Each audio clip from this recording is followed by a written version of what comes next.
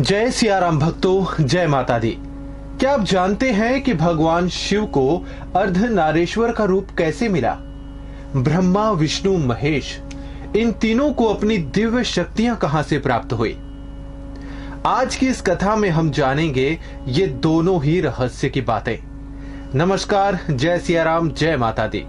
आज हम नवरात्रों के इस सीरीज में पहुंच चुके हैं उस अंतिम पड़ाव पर जहां सब कुछ संपूर्ण हो जाता है।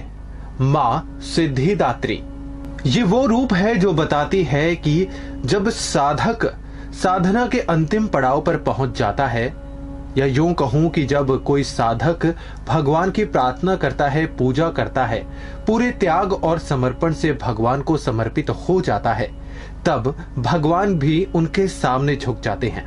और ये वो शक्ति है जो सभी को संपूर्ण कर देती है, मां सिद्धिदात्री की शक्ति। कहते हैं जब सृष्टि की शुरुआत हुई, जब ना समय था, ना दिशाएं थी, ना पर्वत, ना पहाड़, ना नदियां, ना नाले, ना वृक्ष, ना ही कोई जनजीवन था, तब माता आदि शक्ति ने 3 रूपों की उत्पत्ति की। भगवान ब्रह्मा, विष्णु, महेश। ब्रह्मा जो सृजन करता है, भगवान विष्णु जो पालन करता है, और भगवान शिव जो सृष्टि का संहार करके पुनः संतुलन स्थापित करते हैं। लेकिन तीनों के पास संपूर्ण शक्तियां नहीं थी। तब माता आदि शक्ति ने इन तीनों ही भगवानों को एक सिद्धि के स्वरूप में शक्ति दी, जिसे मां सिद्धिदात्री कहा जाता है। कहते हैं भगवान शिव ने भी स्वयं मां सिद्धिदात्री की आराधना की थी, और उसी के फलस्वरूप भगवान शिव को उनका अर्धनारीश्वर रूप भी प्राप्त हुआ था, और यही पूर्णता ही संतुलन साबित हुई। मां सिद्धिदात्री जो 8 सिद्धियां देती हैं, उनका वर्णन कुछ इस प्रकार से है। अणिमा सिद्धि, गरिमा सिद्धि, लघिमा सिद्धि, प्राप्ति सिद्धि, प्राकाम्य, ईशित्व और वशित्व। और आपको ये जानकर भी हैरानी होगी, आपने हनुमान चालीसा में लाइन सुनी होगी, 8 सिद्धि नवनिधि के दाता। ये 8 की 8 सिद्धियां हनुमान जी के पास भी हैं। तभी तो वो अपना रूप जब चाहे बढ़ा सकते हैं, जब चाहे छोटा कर सकते हैं, जितनी मर्जी वेग से चाहे वो उड़ सकते हैं।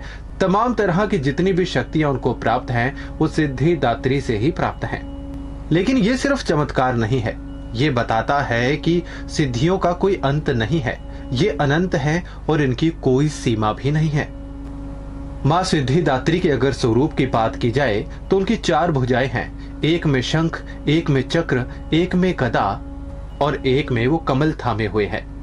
मां सिद्धिदात्री की शक्तियां हमें बताती हैं और सिखाती हैं कि जब इंसान के भीतर शक्ति विद्यमान होती है, तभी वो बाहर दिखाई पड़ती है। हम पूरी जिंदगी कुछ ना कुछ पाने के चाहत में भटकते रहते हैं, मेहनत करते रहते हैं। हमें पैसा चाहिए, हमें ऐशो आराम चाहिए, हमें सम्मान चाहिए, हमें तमाम वो चीजें मुहैया होनी चाहिए, प्राप्त होनी चाहिए, जिससे कि जीवन आसान हो जाता है। लेकिन मां सिद्धिदात्री सिखाती हैं कि जब इंसान खुद को समझ लेता है, तभी वो पूर्णता में चला जाता है। जब इंसान को खुद की समझ हो जाती है, खुद की शक्तियों को वो पा लेता है, तभी उसके अंदर शांति की व्यवस्था पूर्णतः स्थापित हो जाती है, और यही वो पूर्णता की स्थिति है। इस पूरी यात्रा में हमने मां के अलग अलग स्वरूपों का वर्णन किया। हमें कौन सी शक्ति प्राप्त होती है, कौन सी माता किस रूप में हमें दर्शन देती हैं, क्या सिखाती हैं। नव दुर्गा के ये 9 रूप अलग अलग मान्यता से पूजे जाते हैं, और हर किसी की अपनी अलग शक्ति है, जो कि बाहर नहीं है, वो हमारे भीतर ही विद्यमान है। जब हम भगवान की पूजा करते हैं, उनका ध्यान करते हैं, तो धीरे धीरे ये शक्तियां बढ़ने लगती हैं। इंसान इन शक्तियों को पहचानने लगता है, और जब इंसान इन शक्तियों को पहचानता है, तो जैसे कि मां सिद्धिदात्री की शक्ति है, वो पूर्णता की स्थिति में आ जाता है। मां की शक्तियां और मां हमसे बाहर नहीं है, वो हमारे भीतर ही हैं। बस देर है उसको पहचानने की। अगर आप भी चाहते हैं कि मां की कृपा, उन 9 रूपों की शक्तियां आपके अंदर भी विद्यमान रहें और आप उनको पहचानें, तो कमेंट बॉक्स में जय माता दी जरूर लिखिएगा। और इस पूरी सीरीज को हमने प्लेलिस्ट बना रखी है, आप अपने दोस्तों के साथ, अपने रिलेटिव्स के साथ और अपने परिवारजनों के साथ भी इसे शेयर कर सकते हैं।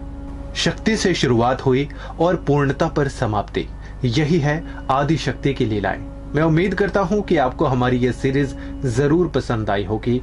आज की वीडियो के कमेंट बॉक्स में बताइए कि आप अगली कौन सी दिव्य सीरीज सुनना चाहते हैं, देखना चाहते हैं। बाकी हमारा साथ ऐसे ही देते रहिए। जय माता दी, जय श्री राम।